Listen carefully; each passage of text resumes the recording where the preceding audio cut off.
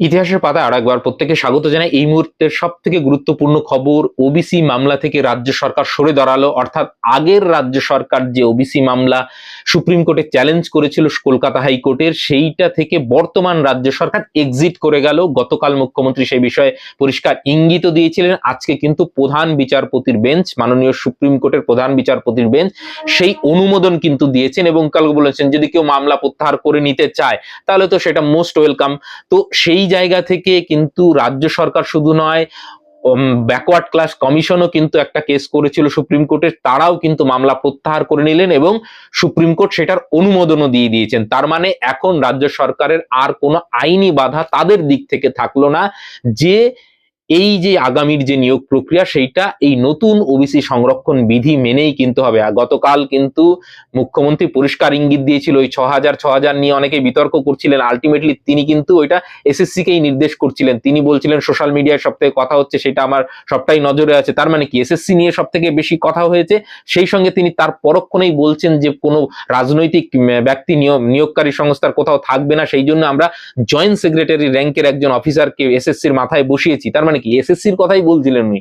সেক্ষেত্রে সমস্ত পরিসংখ্যান পুঙ্খানুপুঙ্খানুভাবে ওইভাবে একজনের মনে রাখা সম্ভব না, এতগুলো দপ্তর এতগুলো তো সেক্ষেত্রে ওইটুকু মিস্টেক বা হতেই পারে, কিন্তু আলটিমেটলি উনি এসএসসির কথাই বলছিলেন এবং এসএসসির কি প্রভাব পড়তে চলেছে সেইটা আমরা ব্যাখ্যায় আসি, শুনুন খবরটা।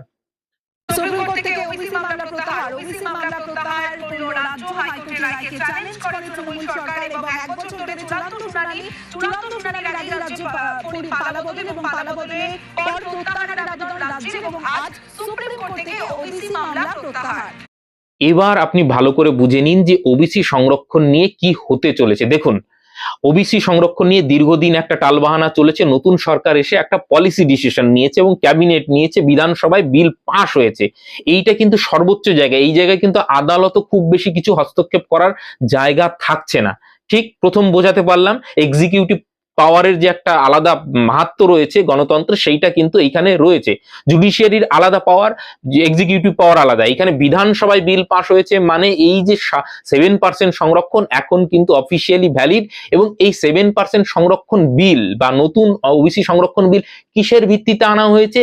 এই ক্যালকাটা হাইকোর্টের যে জাজমেন্ট তার উপর। ভালো করে সেই সময়ের যে বিধানসভার বক্তব্য সেইটা আপনি দেখে নেবেন, তাহলে একদম পরিষ্কার হয়ে যাবে। সেখানে বলেইছিল যে আমরা ক্যালকাটা হাইকোর্টের যে রায় সেটাকে মান্যতা দিয়ে এই বিলটা আনছি এবং এই ওবিসি সংরক্ষণের ক্ষেত্রে যা আইনি সংশোধন করার সেইটা আমরা করছি এবং যে আইনটা 12 সালে করা হয়েছিল ওবিসির জন্য সেইটা বাতিল করে নতুন করে 1993 সালের আইনের সঙ্গে সামঞ্জস্য করে আমরা সেই আইনটা রাখছি। পরিষ্কার হলো। তো সেইখানে এইটা বোঝা যাচ্ছে যে আলটিমেটলি তাহলে এই হাইকোর্টের রায়টাই বহাল থাকলো। তার মানে হাইকোর্টের রায় মানে কত? 22 মে 2024, আমি যদি ডেট ভুল না করে থাকি।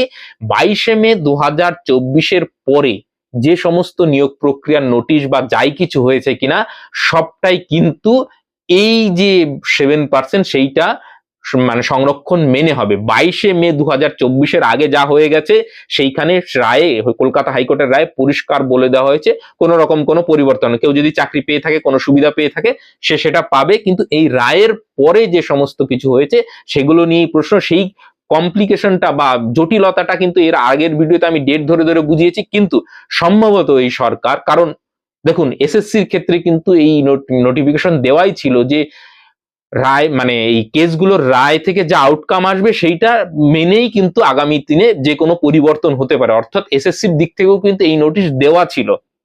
ঠিক শুধু ওবিসির ক্ষেত্রে না, 10 মার্কের ক্ষেত্রেও সেই কেসগুলো রয়েছে।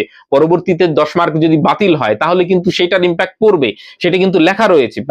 তো আলটিমেটলি এইটা কি হবে সেটা তো সময় বলবে, কিন্তু এসএসসির যে ওবিসি সংরক্ষণের যে নীতি সেইটা অনেকটাই কিন্তু পরিষ্কার হয়ে যাচ্ছে। হ্যাঁ, অফিসিয়াল নোটিশের আমাদের অপেক্ষা করতে হবে। গতকাল অনেকেই ফোন করেছেন, অনেকে হতাশা প্রকাশ করেছে। খুব স্বাভাবিক ব্যাপার, আমি পেয়েছি, আমার যদি আমার পাওয়া জিনিস চলে যায় আমার তো খারাপ লাগবেই। এবং আবার যারা নতুন করে পাবে তারা তো চাইবে যে এইটাই বাতিল হোক। তো দুপক্ষই রয়েছে এবং সেক্ষেত্রে যাদের পেয়ে চলে যাচ্ছে তাদের তো অনেক বেশি কষ্ট হবে। তো সেটা একদম খুব স্বাভাবিক। কিন্তু যতক্ষণ না এসএসসির অফিসিয়াল নোটিশ আসছে ততক্ষণ কিন্তু এইটা 100% কনফার্ম হচ্ছে না যে ওবিসি 17 না 7। কিন্তু এই যে মানে যদি আপনি সিকোয়েন্স দেখেন, মানে সবকিছুর মানে অ্যারেঞ্জমেন্ট দেখেন, তাহলে কিন্তু এটা 7% দিকেই যাচ্ছে, এটা কিন্তু আর 17% জায়গায় থাকছে না। আর যদি সেটাই যদি ইয়ে করতো তাহলে কিন্তু এতদিন ডিলে করতো না। 17% যদি ধরেই করতে হতো তাহলে তো প্রসেস শুরুই করে দিত। তো এবং ওবিসি নিয়েই আটকে রয়েছে, গতকাল মুখ্যমন্ত্রী সেটা বলেও দিয়েছেন। তো এক্ষেত্রে একদম পরিষ্কার ইঙ্গিত পাওয়া যাচ্ছে। তো আলটিমেটলি এসএসসি কিন্তু আগামী যে নিয়োগ প্রক্রিয়া সেইটা 7% ধরেই এগোবে, এইটা কিন্তু একদম মানে পরিষ্কার বোঝা যাচ্ছে। বাকি কেউ কোর্টে চলে গেল, সেটাকে চ্যালেঞ্জ করলো কোর্ট, আবার পরবর্তীতে কি ডিসিশন দিল সেটার গ্যারেন্টি কেউই দিতে পারবে না। কিন্তু হ্যাঁ, ইন্ডিভিজুয়ালি কেউ সেটা ইয়ে করতেই পারে, এবং 16 সালের ক্যান্ডিডেটরাও রয়েছে। কিন্তু এইটা যেহেতু ফ্রেশ প্রক্রিয়া, তাদের আর্গুমেন্টটা যে খুব মানে ইয়ে হবে সেটাও নয়। তো সেটা একটা জটিল প্রক্রিয়ার মধ্যে দিয়ে যাবে, এবং বলেছিলাম যে যেই দিকেই যাক একটু কেস কাভারি হবেই। আলটিমেটলি এইটা যে কোনো ভাবেই হোক মেটাতে হবে রাজ্য সরকারকে, 100% কাউকেই সন্তুষ্ট করতে পারবে না। কিন্তু এইটা না মিটলে আগামী নিয়োগ প্রক্রিয়া কিন্তু মানে আসতে দেরি হবে, যতটা দেরি হবে। কিন্তু এখন যা বোঝা যাচ্ছে যে এই 7% ধরে আগামী যা মানে প্রক্রিয়াগুলো সেগুলো কিন্তু এগোবে, এবং সেক্ষেত্রে এদিক ওদিক একটু হতে পারে, একটু ধৈর্য ধরতে হবে। মানে চটজলদি, এগুলো খুব সেন্সিটিভ বিষয়, তো দেখবেন আগেও আমি এই বিষয়ে খুব বেশি কথা বলিনি, কারণ এটা খুব সত্যি খুব সেন্সিটিভ বিষয়।